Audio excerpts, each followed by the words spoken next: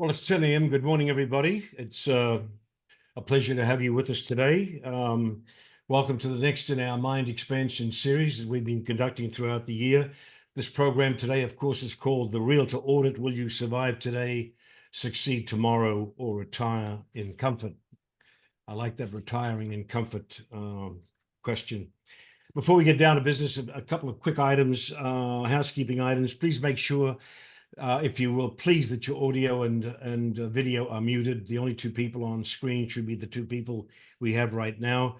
Please feel free to submit questions through the chat button down below. This program today lends itself to detailed, granular questions. So if you've got one, drop it in there. Either I or Jonathan will see it, and we'll get back to you with an answer as we're proceeding with the program. And again, a reminder that this program is being recorded.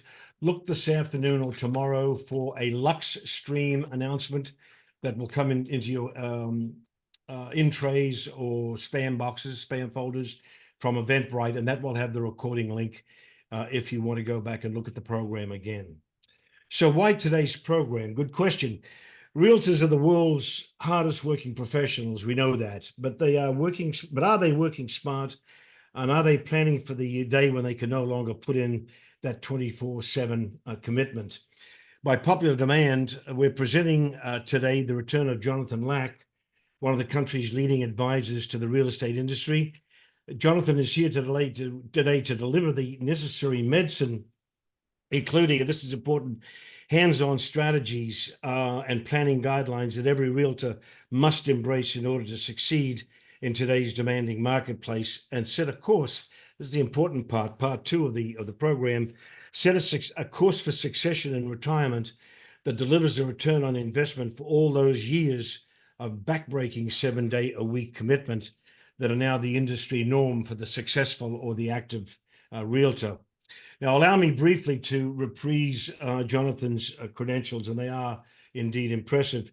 He's the author of the newly released You Can't Scale Chaos, the Veteran Agent's Guide to Working Smarter and Selling More. He's a serial entrepreneur and a turnaround specialist focusing on top-line growth for bottom-line results. And he has also more than 30 years of experience in management and strategic planning in both consumer and business-to-business markets. So he's covered the waterfront here. Jonathan started consulting in residential real estate in 2018, initially helping the Kerry Haglund Condi team with its strategic planning, resulting in that firm becoming the #1 Compass Marin County team in 22 and in 23. And since July 2021, Jonathan has been the president and chief operating officer of the Beverly Hills-based Sully Forster Jones Group, one of the nation's top luxury residential real estate teams. He has conducted strategic planning seminars with Steve Shaw of Performance Coaching, and also consults with top Bay Area agents, including Neil Ward and Dana Green. He recently co-authored the Real Estate Team Playbook with Dana and Steve, and he is also the author of Plan to Turn Your Company Around in 90 Days. Jonathan earned an MBA from the University of Pennsylvania's Wharton School of Business, an MA in International Studies from Johns Hopkins University School for Advanced International Studies, and a BA in Middle East Studies from the University of California here at Berkeley. And a quick editorial aside, we did a program with Jonathan and Steve and Dana earlier in the year, and we know that Jonathan captured a lot of audience attention because of his very real-world, no-nonsense approach to the challenges that realtors face. So we're delighted to have him back. Jonathan, welcome to the program. Thank you, Alf. It's a pleasure to be here. Look, here's what we're going to do. I want to sort of set the background first. It's my contention, and I've been dealing with realtors in the Bay Area now for 20 years, and I've done a lot with the top producers as well. So I think I understand the psychology of selling residential real estate in the Bay Area. I see people under a lot of stress, particularly the top producers. So what I really want to understand from you before we get into the solution is, what's the need? Is there stress there? What are the common concerns that agents have about their day-to-day operations and their day-to-day business? What keeps them awake at night? Well, we live, in case anybody didn't know it, we live on a stressful planet. And there's a lot of, it doesn't matter what channel you listen to.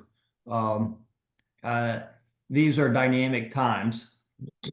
And there's chaos out there, but there's also a lot of opportunity.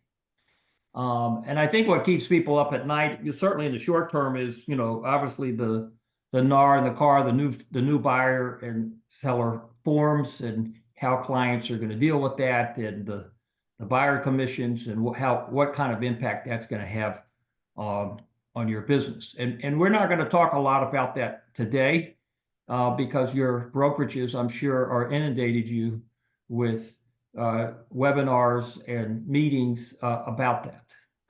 But I think there's a bigger issue for y'all, particularly given this topic, because you will get over this hurdle. You will work your way through it. You worked your way through. I've been in real estate now 6 years. I've seen different challenges that people have had: high interest rates, low inventory, COVID. You work your way through that. But Jonathan, quick interruption. Is it not more primal than that? Is it not more psychological than that? It's the 24-hour days or the 7 days a week. It's the fear and insecurity. What about the more primal fears? Even for the top producers. The more primal fear is that most people on the call don't know where their next transaction is coming from. And because they don't know that, they're chasing, and it's like, am I going to get what's my next deal? My next deal is my next dollar. And I come at it from a different approach. Those are valid. That's a valid concern. And they also say, hey, my quality of life, I'm working harder and I don't have a good quality of life. I'm chasing these dollars. I love what I do, but I don't like working 24/7. I'm here in July 25th. I'm not in Europe. I'm on a webinar, for God's sake. What's going on here? And I say to folks, to all of the participants on the call, use the summer to do a lot of what we're talking about today. And the first and most primal, when you use the word primal, Alf, is know what your personal, professional, and financial goals are. They are different today than they probably were 5 years ago or 10 years ago. They will be different maybe in 5 or 10 years from now. But this is why you go to work every day. And you need to know why you go to work every day. And you don't have to share it with everybody in your world, but you need to know what your personal, professional, and financial goals are. Everything starts from there. And then your real estate, which is a business, it's a small business. It could be a solopreneur business, or you have a small team, is the means to the end to achieve those goals. And that's just the reality of that. And your brokerages aren't going to talk like that, because that's not what they're set up for. That's not their business model. But I'm telling you, your life will be better, less stressful, less chaotic if you know why you're doing what you're doing. That's stage one. The second stage is what we're going over on the technical part today. The audits is how do you run your business more efficiently, smarter? Most of you probably can't work harder. So you only got one choice: work smarter. And most of you are not using the full capacity of your brain power or the resources that are available to you, human, financial, and social capital, to do this. Now, I think as a basis, the reason why there's a lot of chaos out there is that we are living in the digital era versus the analog era. And the digital era has 3 realities that every business on this planet has to deal with, or they won't be in business, including real estate agents. And they're simple but fundamental. The first is, in the digital age, being transaction oriented only and not client centric is a formula for not achieving the maximum potential that you have. You have to be customer centric in this world, particularly in real estate. It worked. How You does work that too play? hard. How does that play out, Well, Jonathan? What do you mean by what does customer centric mean beyond it being a it means buzzword? that if you bust your butt to go get a client, don't lose that client because you don't stay in touch with that client. You didn't provide that service, great service to that client. It is tough getting a client, so keep that client and think of that client as the lifetime value of the client. How many sales are you going to get from that client in the rest of your career? How many referrals can you get from that client from the rest of your career? Not this week because you got to pay your bills this week, but the rest of your career. And that is that's how it plays out. And you have to have a strategy that says, oh, I'm going to use my CRM. Oh, I got to know what deals I've done. Oh, I've got to have a plan when I'm going to talk to these people in person, on the phone, in person, on the phone, newsletter. I'm going to give them a gift or not a gift. That is a part of your business. It needs to be strategically planned out. Would you say that the majority of realtors that you've dealt with do not have a cradle to grave mentality when it comes to that customer retention? 99.99% of them. They get them in, they make the commission, and they move on to a new one. The great ones stay in touch, but the vast majority of people don't, because you can't remember all these people if you don't have this is the first audit, a sales audit, to actually know who you've actually done business with. And I've never met an agent yet that could provide a spreadsheet the way I'm going to show it to you that says, yes, I have all this on one spreadsheet. I have everything in the spreadsheet in my CRM. They don't. And so there's an opportunity there. The second part of the digital reality is that you can't run a business based just on personality anymore. Nobody's smart enough to do that and get away with it. You have to be process oriented, workflow oriented, checklist, roles and responsibilities. If you have people that work for you, and you all have people that work for you, whether they're part-time, full-time, or vendors. So even a single agent on this call still has a team. It's not a formal team, but it's an indirect team. And do you have systems and process and protocols for those folks? If you don't, you have an opportunity to improve. The third key element is that being creative and using your gut is fine, but you better use metrics, data to make analysis, to make better business decisions. And we are in the data era, and therefore you need to get comfortable using data. And whether it's your financials, whether it's your sales, whether it's metrics, being more and more comfortable with that is going to enhance your success. You can't hide from it anymore and go, well, I'm just going to rely on my personality. That's not good enough anymore. And you're going to get whacked if you haven't already, if you don't do that. So you got these three elements that are critical. And so if we go out into the audits, and when you're ready, that's how these elements play out to leverage these tools because of the reality of the digital age. And it plays out in real estate every day. Okay. Talk about one of the points you made in your book is the notion of understanding that agents really don't understand the real estate business. What did you mean by that? Everybody on the call knows how to do a deal, but are you building a business? Part of the session today is helping people plan for retirement. It's never too early. It's never too late. The way you build your business will have an impact on how much success you'll have at the back end of your career. Obviously, it has a short-term success of how much money you make and what you do with that money when you save it or invest it. But if you think that one of the 5 plans or options that people have for succession is the first one, which is probably most people, is doing nothing. Well, if you do nothing, that means it's very simple. Your last transaction will be your last dollar. Your last deal will be your last dollar if you don't plan differently. And these audits help you plan not only for the short-term success, but it helps you get your business in order so that you have value at the end of the day. The more value you have in your business, the more options you're going to have. Is it fair to say that most real estate agents or teams are in essence small businesses and have to be run as sophisticated small businesses? That is, and I'm biased because I'm not an agent, but I've been in this industry 6 years. I've been working post-Wharton for 35 years in 15 different industries. This is the secret sauce of real estate. AI will make your life easier, but it isn't going to be strategic.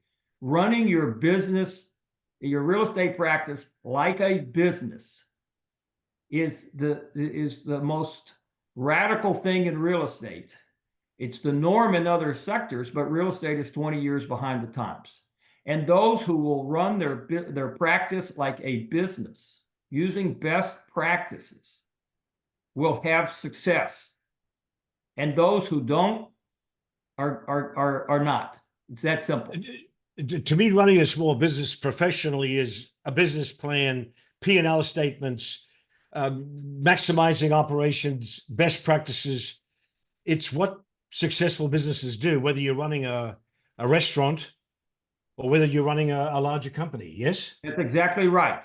And I have a chart that I show people that you have to be asking questions, the right questions when you're running a small business. You wear multiple hats, and there's a time and place to wear different hats. But if you're only wearing one hat, where's my next deal coming from? Where's my next deal coming from?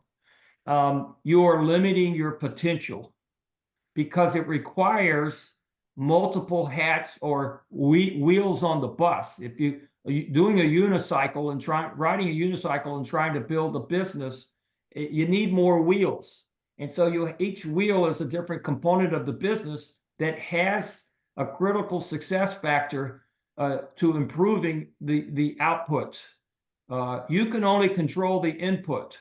And everything that I'm saying today is about input.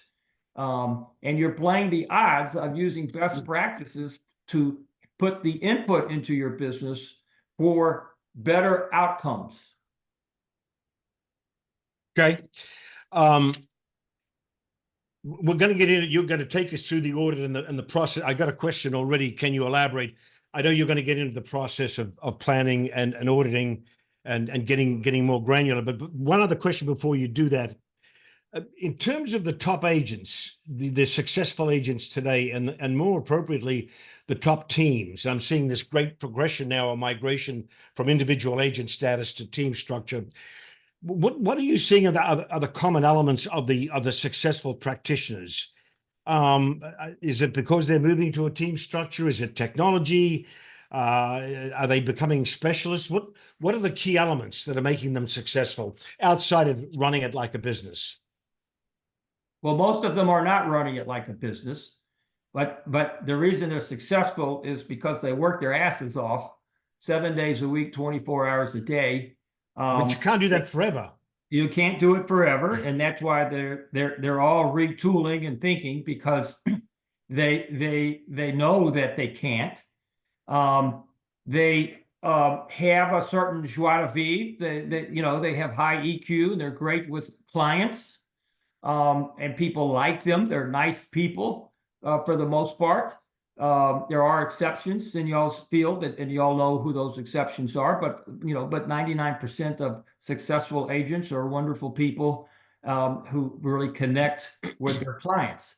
They all could be doing a better job and being more efficient, and they all will complain about their quality of life, no matter how much money they're making, because in this business, the more you do, the more you work. It's not like running a factory where you can take the weekend off and other people are running and doing the shifts on the weekends. You can get some downtime, and there are agents who are taking vacation now, but they also earned it because they work 7 days a week, 10, 12 hours a day. But that's not sustainable to be at your optimum. That's not a model that can work for the next 10 years and with all of the changes that are happening in the marketplace. It's just not. But my question still stands. Where you see the successful ones, whether they're teams or individuals, what are the common elements that make them that way? Oh, well, no, I answered it. They bust their ass. They're great people. They're just working 24/7. And they obviously know real estate well, but they're not using a strategic component All right. from what I've seen. They just are busting it.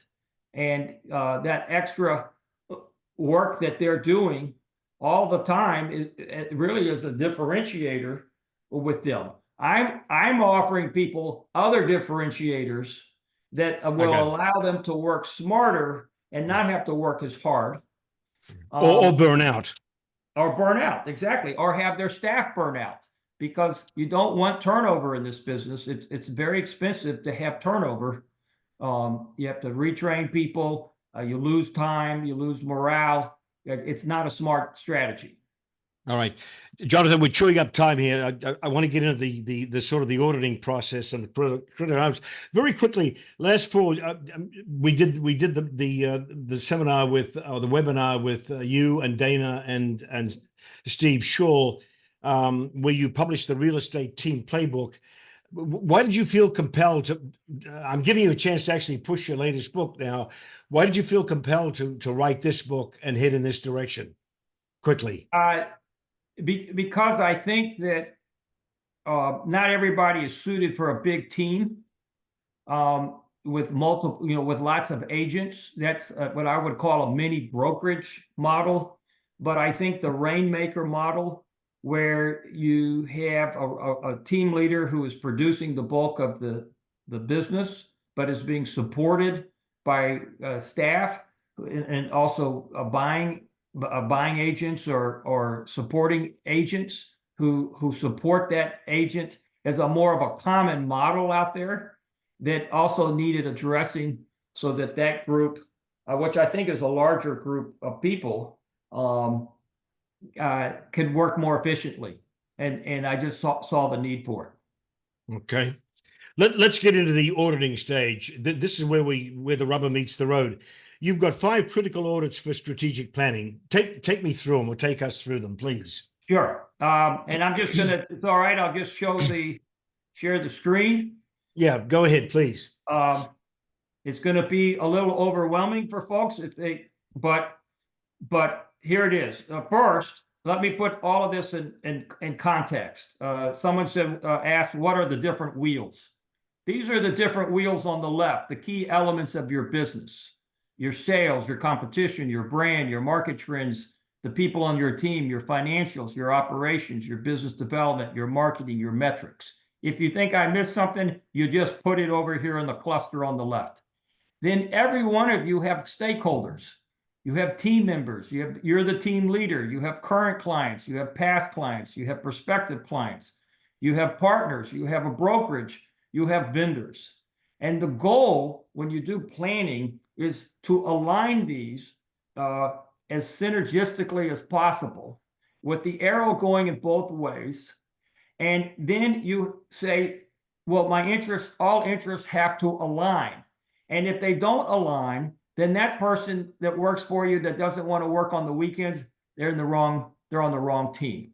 Or that client that wants you to work for nothing, that's not the right client. So you have to know what your business model is and what you're trying to improve. And each one of these blocks is really the wheels on the bus. Okay. And we're trying to improve each one of these. And if we leverage each one of these, then we are working smarter. Now, how do you get there to start? 5 audits: sales audit, competitor audit, financial audit, a brand audit, and market trend audits. Now, we're going to zip through these.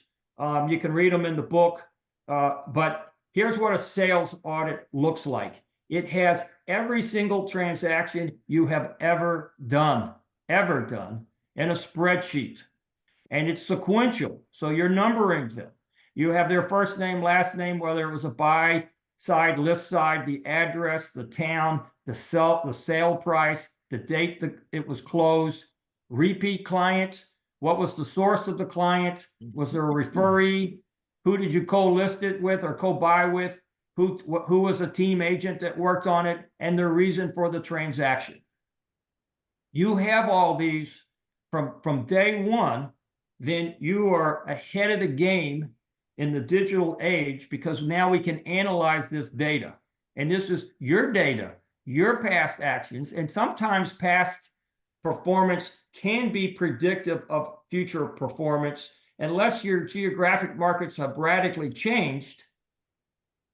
And that's not true for a lot of areas. A lot of areas have been pretty stable. Then this can be incredibly valuable. Now, my concept is really simple. You have green areas, you have yellow areas, and red areas. Green areas are areas where you're doing 40 to 60% of your total business. You spend time, money, energy, reputation, ego in those areas. Yellow areas are your sphere, social sphere, that it's more communities. You stay in touch with these people. You take any business from there, but just because you do business there doesn't mean you're going to go try to own or dominate that market. And a red area is don't do it. Refer it out to another agent. Take the referral fee, move on, unless it's a strategic reason to take it. Now, here's what it looks like. When you analyze all of your sales, and we do it by community A through R, you're going to see patterns. I mean, if you've done 100, 200, 300, 400 deals, they're going to be patterns. And some numbers are going to stick out. And in this example, community A is 37% of units sold. Community B is 16%. That's more than double, triple of what you've done in other communities. That's my green area. Okay, it's in this example 53% of units, and 60% of my sales.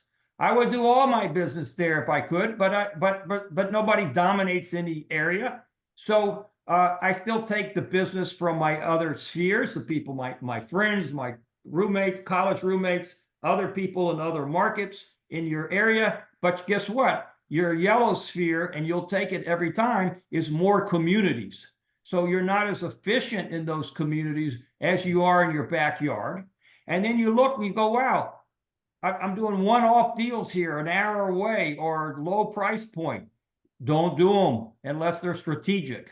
If you took the ones in the red and all the money, the energy that was spent and money spent for the deals in the red, and you put them in the green, you would have had better results, and results that you can leverage.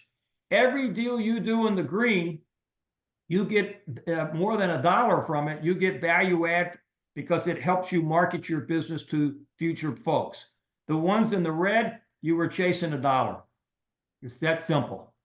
Now, for the competitive audit, you only do it in the green. Your competitors are not in the yellow or in the red. This is a new concept for a lot of agents. They go, everybody's my competitor. No, they're not. No, they're not. Your green area, where you're doing half of your business, 40 to 60% of your business, that's where you want to know the competitors there. And you want to know them by looking up to see what kind of deals they've done over the last 3 or 4 years.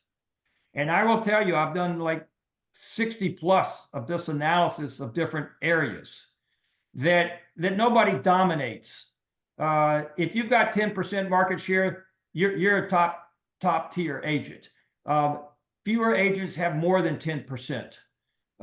Even fewer in the country have more than 20%. Guess what? That means they don't have 80%. Most agents, if you look at this, and this is over 4 years, 88% in this market, and it's the truth for your markets wherever y'all are. The further we go back, 80+% of all the transactions that are done in your neighborhoods are done by agents who are doing less than one deal a year. Okay, it's amazing. That means that the market is full of people in your area that are doing red. They're doing one-offs. Now, you're going to tell me that if you're focused on a green area, you can't beat people who are doing one-off deals, who do it every once in a while, meaning once in a career, once every 3 or 4 years. I don't buy that. Okay. And no one else in any other market and in any other industry would. It's just stupid in this industry that people are a mile wide, inch deep. You want to go narrow and deeper because you're taking the business away from the 88% of the people in your area that have no clue what they're doing. They don't know that neighborhood. They don't live there. Jonathan, quick interruption. This is out of ignorance. Where do I physically find that data on my competitors? You go to the MLS. First of all, your own sales come out of the MLS, your own records. The competitors come out the MLS. You run the report off of MLS. Most people hire me to analyze it because it's not clean. It's raw data, and it shows in column A the selling agent, and column B the buying agent. And then I scrub it and into a format like this. But it's off of the MLS. And it's not 100% accurate because it doesn't have, all of the off markets. But when you do 3 or 4 years, the trends are accurate. The exact number is not going to be 100% accurate, but you can bet on the trends. Okay? You also pick up some of that data from Real Trends as well. Absolutely. Okay, so then you have your financial audit. So think of it this way. I know my sales. I know where I'm focused. I know where one other point, excuse me, on the competitors. The top people in your market are your partners, not your competitors, because you're going to go after, if you're smart, after the 88% plus part of the market. If you don't play fair with the top agents in your area, then you're never going to know about off-market deals because they're doing most of them. So you have to be cordial and professional with your agents. Co-opetition is the term, and don't look at them as your competitor. Look at all the other people in that market that are coming and going, who you should be able to grab that market share if you're really trying to grow. Now that we know where we're growing, now we got to know our financial model, and you've got to get. This is a spreadsheet that I created. You get statements from your closing statements, and you need to keep track so that you start to see where your money is going, where you're spending your money on each transaction that you are doing, so that you understand what your financial model is. The first part of this audit is, what is your business model? Where do you sell? How deep are you going in particular areas? This is your financial model. How much am I going to spend on marketing for a listing? How much am I going to spend on gifts? How much am I going to pay a commission to somebody on my team if they help me on the deal? You have to know your financial model because ultimately you're trying to make money based on those financial goals that we set at the beginning that you need to do. What is my goal? And financial goal for the year for my career. So you can't be afraid to look at this and deal with it. You have a bookkeeper, you have an accountant, pay them the money to sit down and go through it. You could hire me and I'll sit down and go through it with you, but you've got to make the commitment that you're not going to be afraid to look at your own numbers. You can't do that. Now, the next audit, Jonathan, go back for a second. Down the bottom there, net commission rate. Is there an industry ideal percentage net commission rate? I haven't seen one, in part because no one's tracking this, and so you don't get the aggregate data. If I was an accountant and I had all this for 100 agents, I could run best practices on it.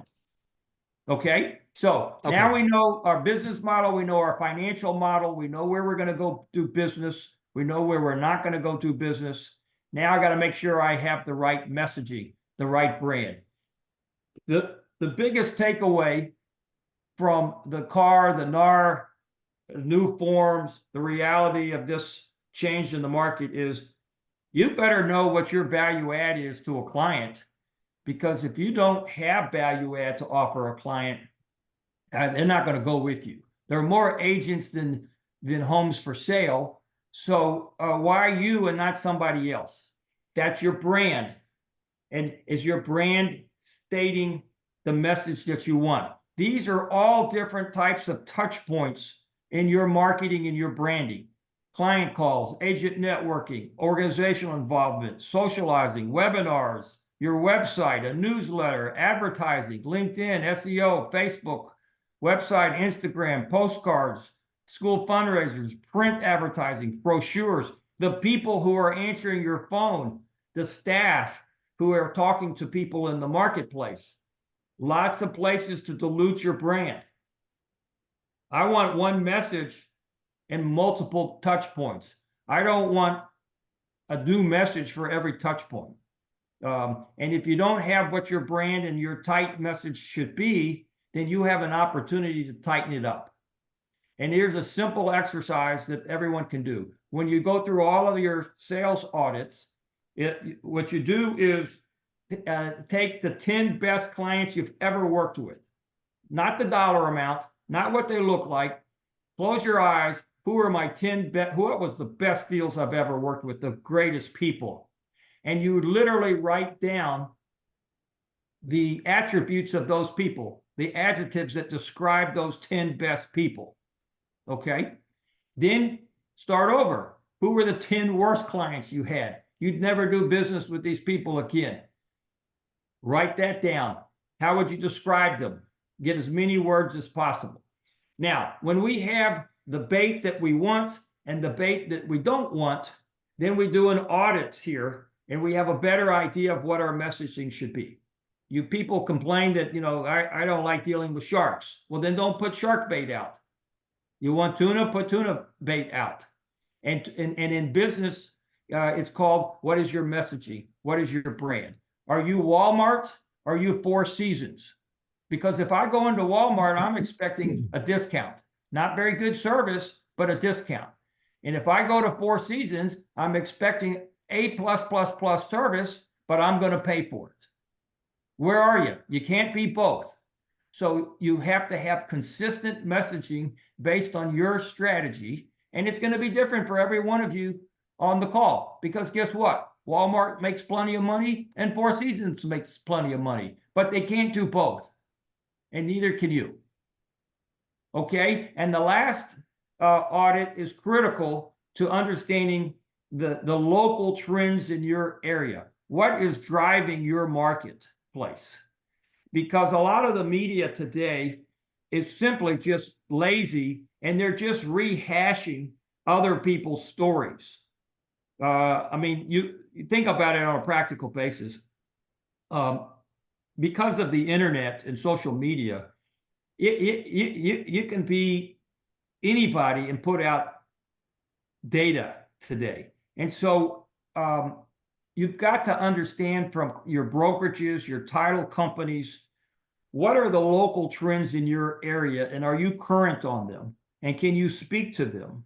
Because that's not only going to make you a better value add advisor to your clients, but it's going to help you make better decisions in your area.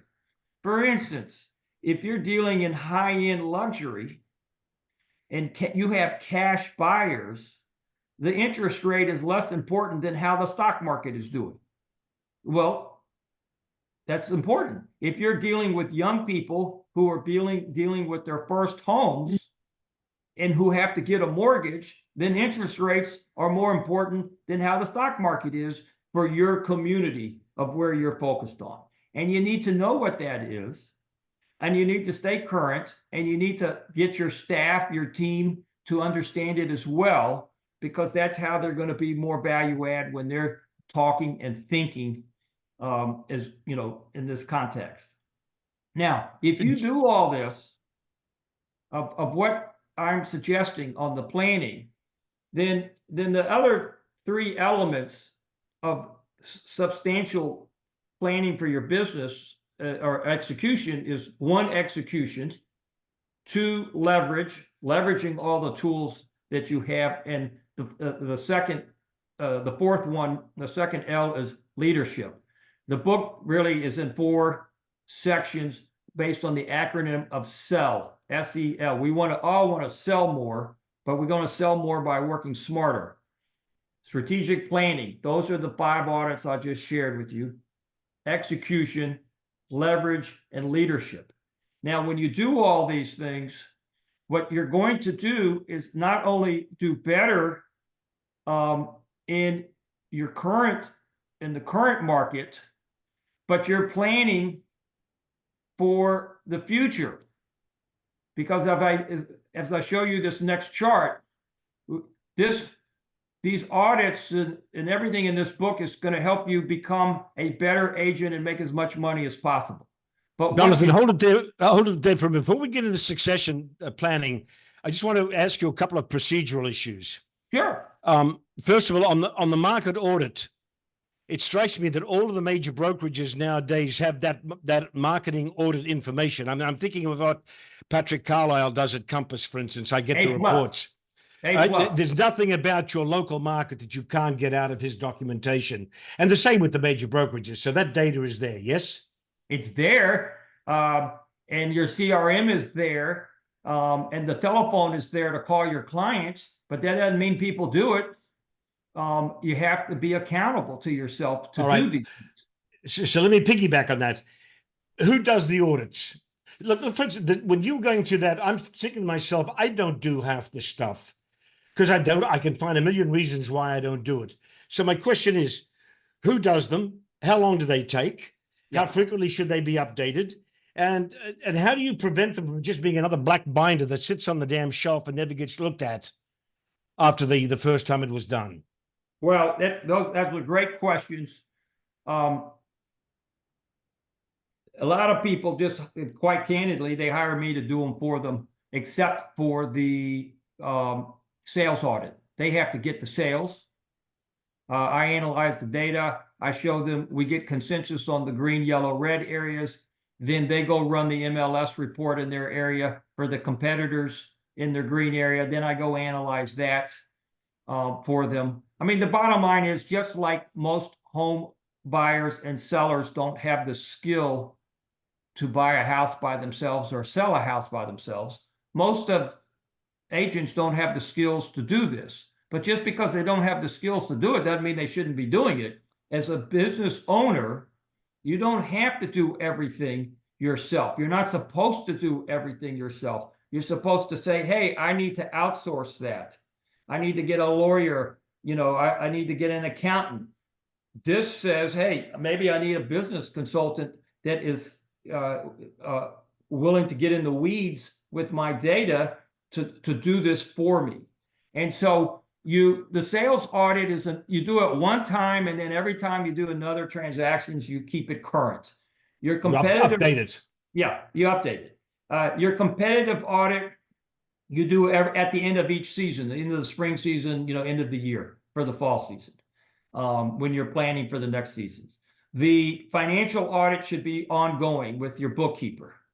The brand audit is a once a year deal to get a reality check. And then the market audit should be on a monthly basis. You're reading a report, and then you're talking about it in a staff meeting. Kerry Hagelin Condi, I assume we could talk about this. I mean, to what extent there's confidentiality here, but you went through the I mean, you've promoted it, so I assume she's allowed you to talk about it. When you went through the process with her, what did she do? What did her team do? What did you do? How long did that take? Sure. I've been working, for full disclosure, I was dating Kerry. I'd written a book 10 years ago that her real estate coach, Steve Schul, read. He called me up one night at 11 o'clock at night. He just finished the book, and he said, I just finished your book, plan to turn your company around in 90 days. You got to do this in real estate. And would you be willing to do it? I said, fine. I'm happy to work with anybody. And he said, well, you got to start with your girlfriend, because we've been talking and she needs this. So it took me a good year and she had already been in business 17, 18 years. She was a top agent in her area, doing 55, 60 million a year, but she was burning out. But she wanted to do more, but she was burning out. So that, having that challenge. And I did an audit. I did these audits. I looked at other aspects of the business. And I said to Steve about 6 months after working with her, Steve, I don't understand real estate because, I still don't understand what this business, but I can tell you I can more than double this business because I know what she's not doing, and what she's not doing are fundamental elements of business. She's a smart gal, hungry, and wanted to build her business more. And so we've done it, and we've more than doubled the business. And what we're doing is Carrie's working just as, in fact, she probably works a little less today than she did before, but she's working a lot smarter. She's working, she still works a lot. Anybody tells you can do a 3-day work week in real estate is blowing smoke. She still works 7 days a week, but she's able to take time off when she needs to take time off. And she has more balance because she's not doing everything. We built a team of people to support her, and we have a plan. We work the plan. We still make mistakes, but we're learning from the mistakes, and we're better today than we were a year ago, and we'll be better in a year from now than we are today. What did you bring to the party? Quickly, what did you bring to the party is what I'm trying to understand. Oh, I brought a strategic operating approach. I'm an operator, but I know how to do strategic planning. So I brought to her a plan, an audit. I showed her the gaps, and then I created a plan, and I helped execute on that plan. It said, you do what your superpowers are, get out of the kryptonite, we'll take care of the kryptonite. Okay. We've got 15 minutes left here, and I do want to spend this 15 minutes because this is the most important part to me, what is succession planning. I get the impression, Jonathan, that, I hope I'm not wrong on this, that most hardworking realtors do have the vision of retiring with a $5 million, net worth, and want to go to Tuscany and retire. They want to retire without any fears. It's not a social security issue. Am I right about that? But in actual fact, they don't have a plan. That's correct. And the first place to start with a plan is to go back to, guess what? It's all interconnected. Your personal, professional, and financial goals. What are they today while you're working? What are those goals going to be when you retire? Now we got a gap, and our business is here to bridge the gap. Now we got to clean up the business, and we may have to adjust our goals. I want to retire next year, but I'm not financially capable of it. Okay, that's not realistic. You either cut down your lifestyle, increase your sales, or adjust your goals. And I suggest that everybody that's interested in succession and planning, you've got to know your financial goals. You've got to know your budget. You need to talk to your accountant and your financial planner so that you're getting solid advice of what things, where you need to back into based on your goals. Now, the business, again, is just the tool that we're going to use to go achieve those goals. And so I'm suggesting that your chances of having more money are greater by doing these audits and running your business more effectively. And if you do it in a certain manner, you will have more options to have, it's not a totally accurate, an annuity stream, but you will have the opportunity to get distributions from your business, whether through referral or other options that I cover in the book, than you will doing nothing. And most people, most agents, their last deal is their last dollar. It doesn't have to be that way, but it takes planning. Jonathan, this is a difficult question, but let me ask it anyway. Is there a sort of an ideal retirement model for a realtor? In terms of what it looks? No. I mean, I'm sorry, but and I'm an outsider in the industry. The industry as a whole has done a terrible, terrible job helping their agents plan for retirement. They do nothing. And so you're on your own, but it's never too late, and it's never too early for the younger folks on the call. But if you think your brokerage, I don't care which brokerage is out there, is going to help you do that, you're in denial. Okay, you are on your own. Now, that means you can't be the cobbler. You're telling people who own a house that they could get more for their house and less hassles if they use you. And you're correct. So you need to use other people like a wealth manager to help you do your planning of something that you're not good at. You need financial planning here, right? That's Absolutely. unquestioned. Okay. Absolutely. And you need business planning. I'm not a financial planner. I'm a business planner. Okay. I can't tell you what your retirement goals should be. I can just help people with their business get there if their goals are realistic. But each of y'all on the call and your wealth manager and your accountant have to have that heart-to-heart discussion.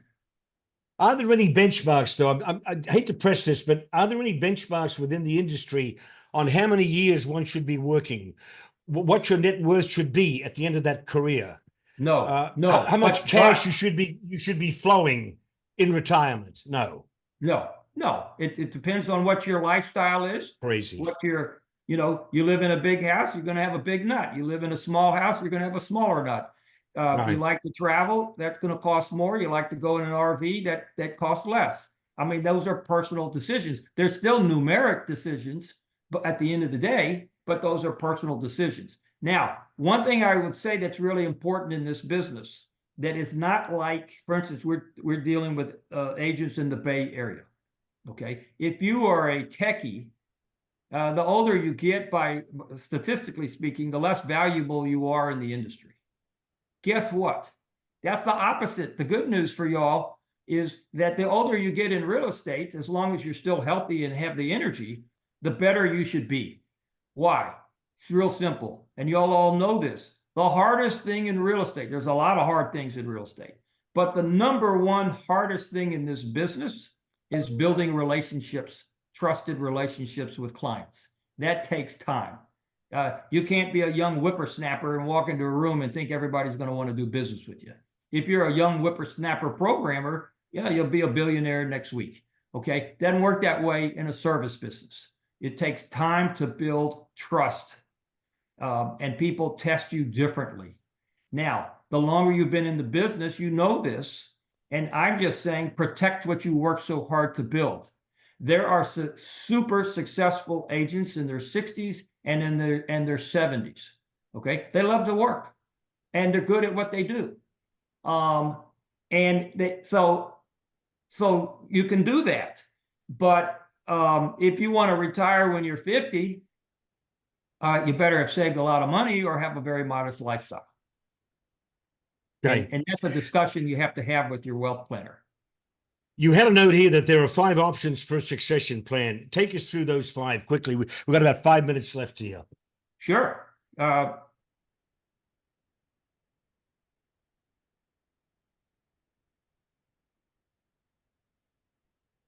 Just sharing the screen. Sorry. Gotcha. Okay, not a problem. Real simple. Realistically, you got 5 options. First option, no plan. We talked about that. Last sale is your last dollar.